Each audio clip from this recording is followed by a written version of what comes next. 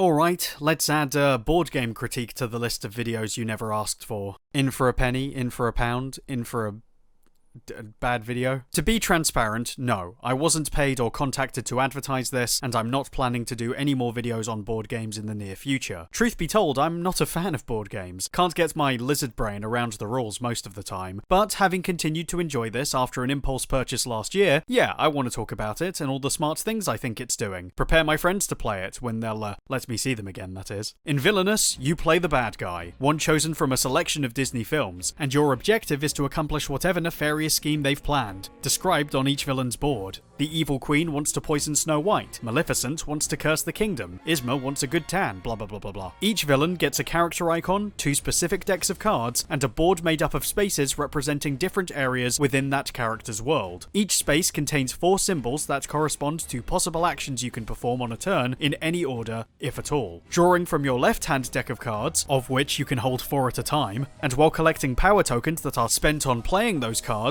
you slowly but surely find yourself enacting steps that will bring you closer to achieving your dreams of conquest. However, you don't play alone, but with up to 4 players, all with their own agendas, and the winner is whoever accomplishes theirs first. This is where the right-hand deck of cards comes in, the Fate deck. These contain heroes, items, and abilities from your movie's world, which opposing players can use to obstruct your progress and increase their chances of completing the game before you. So, not only do you play as the bad guy in your world, but you also play as the good guys of your opponent's world, each villain forced to amass their minions to deal with these heroes once and for all. The game needs you to be aggressively territorial, turning the room into a hotbed of jealousy, spite, manipulation, and greed. You know, those classic Disney values. But that's what makes it great. Sitting around a table with your evil co-workers, taking pot shots and spitwadding about the time, you almost got 'em. On presentation alone, I love it. I almost bought it originally so I could look at it, which is, you know, sad. The Disney villains have been rendered in a unique, encompassing style, everyone at their best in art that spans key ideas and moments from the movies. The way the cards are placed looks nice, the compact nature of the whole thing, and how it expands is neat. The pieces,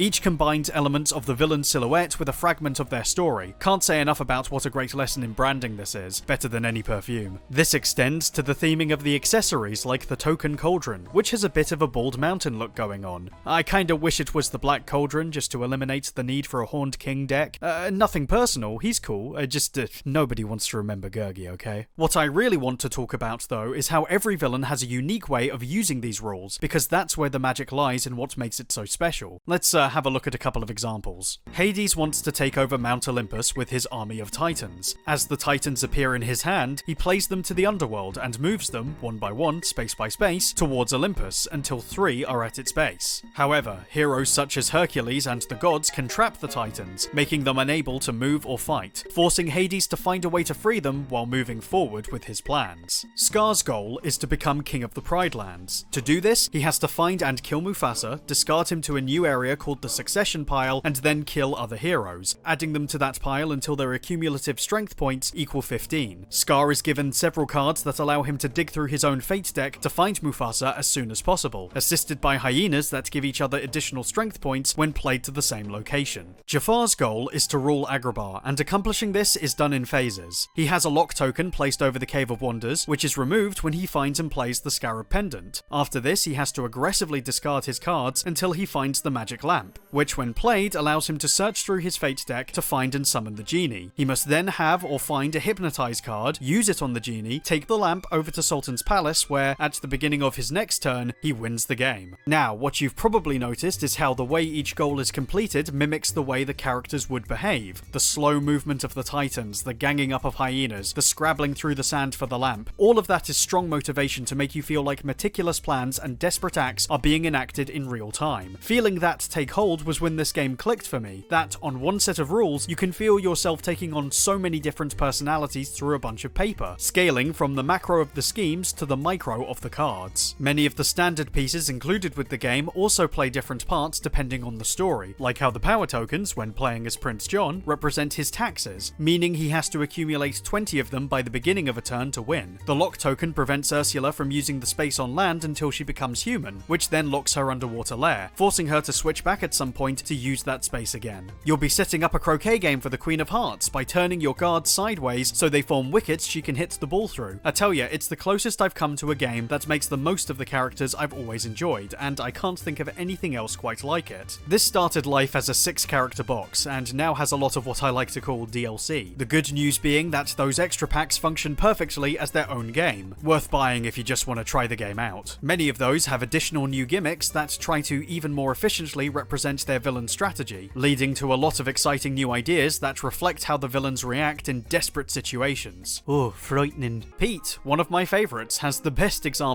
of contextual roleplay. His goal is to complete 4 separate hidden mini-objectives randomised to each square, essentially emulating 4 Mickey Mouse short films rather than one long feature. There's been a lot of talk from board game veterans who feel it's not, once you get to grips with it, either very dynamic or well balanced, that the narrative elements suggest you know where it's going every time, and there's complaints that there isn't enough chat encouraged between players, or that some boards are more likely to mow down opponents than others. If your game is dependent on the cards in your hand and you have them as soon as it starts, it feels like a sure thing, and if they're all at the bottom of the deck, it feels like you've spent a whole game waiting to go. I've encountered these problems, but I've yet to find them consistent, or that they make things either dull or predictable. Once those issues bubbled up, it became apparent the strategy needed to change, getting more aggressive both in discarding cards and in casting fates on opponents, which led to a bunch of close matches and victories regardless of my position or the strength of my deck's arrangements. Plus, the more you know about your opponent's deck, the better you can get at surprising them when they think they have a clear shot. It pays to be ruthless. You'd think we'd be clued into that given the name on the box. I think it also helps that the people I play with are into the novelty. It's a history of stuff we care about, and we enjoy seeing how many different combinations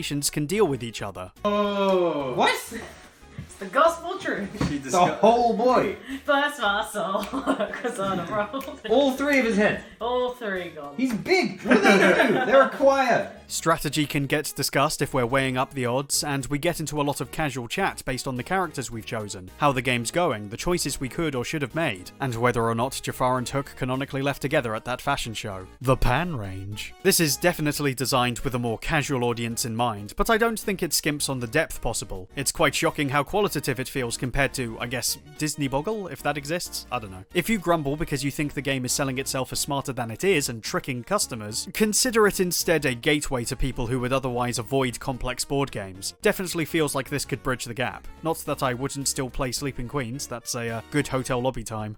This eel looks a lot like my grandmother. You have an ugly family. That said, Villainous' major problem is how it's often a victim of poor communication, maybe the thing I ran into the most. The rules are extensive, but not always comprehensive, worded in a way that makes them confusing for newbies, and me. The best way to demonstrate the point is to mention, in a slightly jarring change of audio quality, that this might not be the first time you've seen this video. In a spectacular act of carelessness or possible dyslexia, we played the game with 5 cards for months. Luckily, upon replaying it with the correct amount after being told otherwise, like after I uploaded the video, we found the experience to largely be the same, perhaps a little tighter. Most of this is on us, we dumb. But I have to be honest, the layout and general surge of information in the rules was not the best way to make us feel comfortable taking this bit by bit as beginners, which, if not a problem with this rule, we definitely missed that one, was a problem with many other rules, which we found ourselves constantly double checking on throughout our experience. I wouldn't say it's quite idiot-proof yet, and I offer myself as an idiot tribute to make the point. Now, I think I know what's going on here. As it stands, this is probably the most convenient way to do it. With so many of the rules having multi-purposes, and the card presentation needing to be reasonably concise, this is probably the optimum way to package it, leaving any doubt up to a lot of online double checks. On occasion, this made certain games with a lot of promise take way longer to click than I'd hoped. One particular case dealing with, sadly, my favourite. Dr. Facilier wants to find the talisman and rule New Orleans. However, he comes with a unique twist, because while he can search for and play the talisman anytime, the card Rule New Orleans has to be played to a unique space below his board called the Fortune Pile. He's sometimes forced to add cards to this, and his opponents will be doing the same, potentially burying that card in the new deck. To get it out of there, he has to go to his Emporium and use a card called The Cards Will Tell, which allows him to shuffle those cards, fan them across the table, then get another player to pick 3 at random, which must all immediately be played. If they pick the card he needs, he wins. It's a great way to replicate the risks he takes, having to fulfill the prophecies in his tarot cards. The problem is, it took me way too long to explain that. It's such a good concept, but it's so long-winded that it becomes really difficult to get your head around the first couple goes. Most of the games I could figure out after quickly reading the rules and then just diving in for a test drive, but here, it was a bit of an ask. Again, a shame as, you know,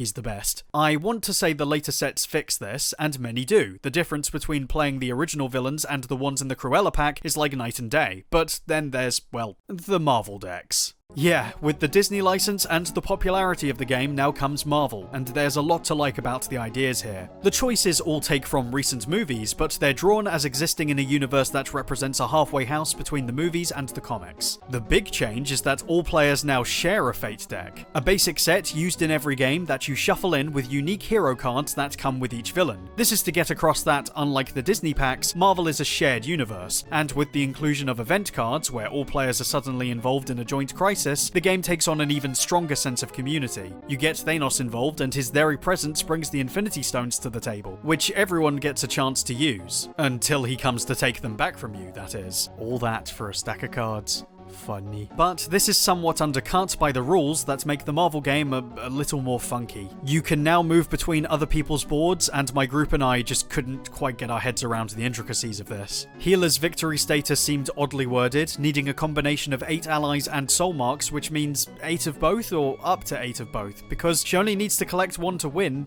Oh god, let me read it again. We didn't even use the event cards. It sounded like a whole other headache for a much longer game. The shared deck kinda falls apart when you realize you can only play the deck-specific heroes to their villains for the most effective strategy, less flexible than the Disney experience. Another new concept, the specialty cards, didn't seem streamlined to best possible use either. Taskmaster's game was my favourite by far, his goal to have 4 students on the board with +5 power enhancements, and he achieves this by giving them training drills, spying on other players, and protecting them from being discarded with his various weapons. Unfortunately, I could never make the best use of his coolest ability, where he can mimic another player's effect card, because every time my opponent's effect cards had no correlation to what Taskmaster could do. I'd also add that the pieces, which are hard plastic, don't quite do it for me, though Killmonger's definitely one of the stronger designs. I think they're likely to fix things based on previous sets, and I appreciate they're aiming for a different audience given the more child-friendly nature of the Disney characters, and yeah, maybe playing this a few more times will get the rules to sink in, but for my money, the Disney decks are currently the way to go. So, the real reason I made this video: new villains. Give me new friends. The way I see it, the game has a lot of life in it based on picking different franchises, even for a couple of one-offs, but what I really want to see are the last villains to round off the Disney decks, either 1 big box or 2 small DLC boxes. There's plenty of villains you can still make work. Madam Mim and some kind of transforming gimmick instead of allies, Rourke and an army of technical specialists you can turn against him, Gaston, Oogie Boogie, Shan Yu, Lady Tremaine, Gaston, Gantu, or if you want to do it right, Hamsterville, Frollo, King Candy,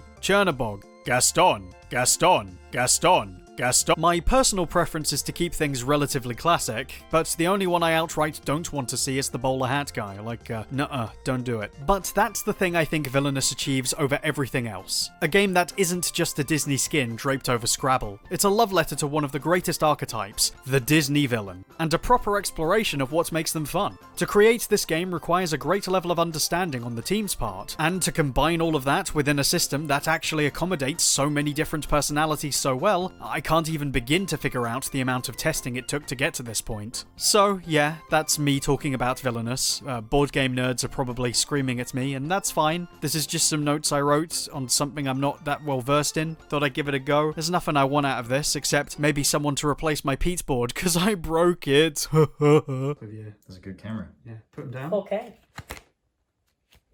Now pick him up. No, put him down again.